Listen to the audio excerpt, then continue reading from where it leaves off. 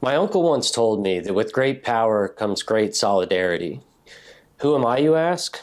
I'm Spider-Comrade, obviously.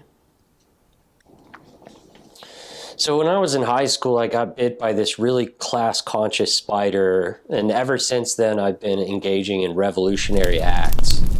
You know, sometimes it feels like I'm the only one in the MCU who values people over property. I mean, I guess that's why my arch nemesis is the Blue Goblin. I mean, just look at this prized hog. Thank God he's out there protecting the thin blueberry glazed line. You know, to be honest, he's not the worst enemy to have because he's usually busy out doing things like evicting single mothers, and he's really only shown up the times that I've threatened capital, so I guess it could be worse. Now, before you put this boar in a box, in his defense, let me just tell you, he does have hobbies outside of work. Now, what's interesting about this guy is that against all odds, he thinks he's a hero, which to polite society makes him dangerously and medically retarded. Okay, so if, and I hope this never happens, but if you are ever in a battle with the Blue Goblin, there is one surefire way to defeat him. His kryptonite, so to speak, is that if Pig Boy gets within 10 feet of fentanyl, he will literally faint and die.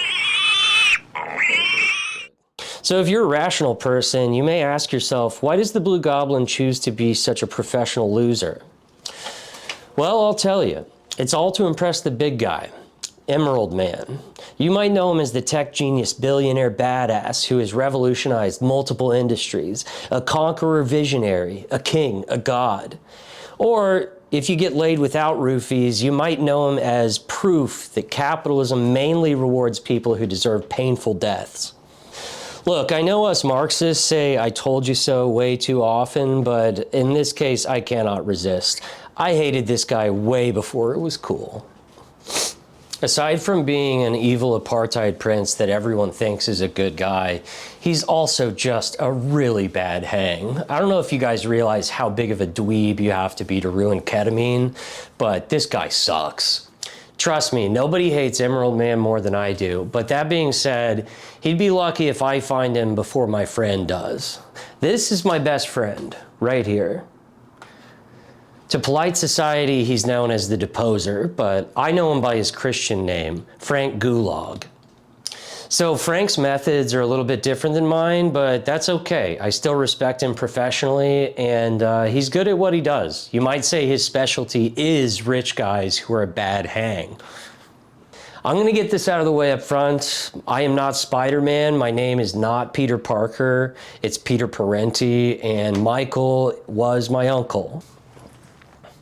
Also, another key difference between me and Spider-Man is he tends to tie up bank robbers and leave them for the NYPD, and I would never do that, okay? I'd be more likely to tie up the bankers. Even if they offered me a cool high-tech armor suit, I would never join the CIA. I want to get one thing out of the way for all of you Disney adult Marvel fans who are going to call me Spider-Punk. I'm not Spider-Punk, okay? I'm a communist.